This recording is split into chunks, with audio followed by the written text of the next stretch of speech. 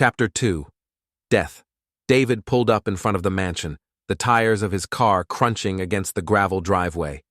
Flashing red and blue lights painted the towering white walls in eerie shades, turning the scene into something out of a nightmare.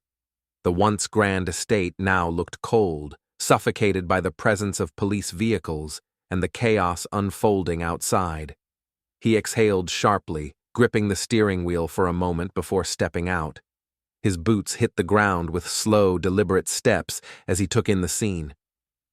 "Great," he muttered under his breath, rubbing a hand through his hair. "Looks like whoever did this doesn't give a damn about money or power." His gaze shifted toward the growing crowd of reporters swarming the front gates, their cameras flashing like relentless vultures circling a dying carcass. David let out a tired sigh. "And now we have to feed the press. Don't these people have anything better to do?" Pushing aside his irritation, he made his way toward the entrance, but something made him stop. The garden, neatly trimmed hedges, an elegant fountain, and rows of vibrant flowers lined the path to the mansion. A place that should have felt peaceful. But something was off. David's sharp eyes scanned the area.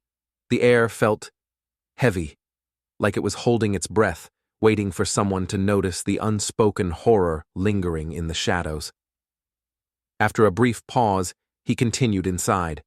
The moment he stepped through the grand doorway, a man rushed toward him. Young, slightly disheveled, with messy hair and a lean but muscular frame, Ethan.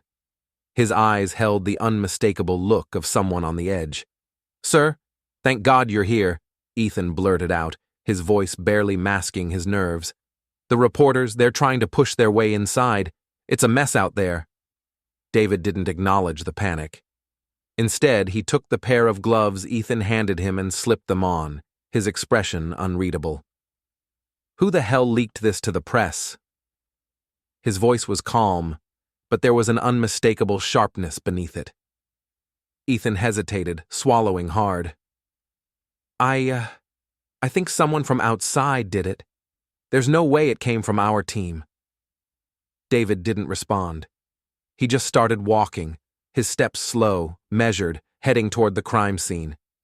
Ethan followed closely behind, still fidgeting with unease. As David entered the dining hall, the air turned colder.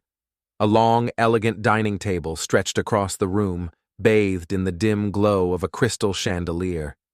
The food was still on the table, half-eaten steak on a silver plate, an untouched glass of red wine beside it. But the owner of the meal was missing. David's sharp eyes moved across the room. No signs of forced entry, no struggle, just like the other cases. "This is the same as before." His voice was quiet, but there was something unsettling in the way he said it. Ethan glanced at him. "How can you be so sure, sir?" His voice was softer now, almost afraid of the answer. David exhaled slowly, his fingers brushing against the back of the empty chair. The plate sat there, waiting for an owner who would never return. Because there was never a struggle. There was never a warning. There was only silence.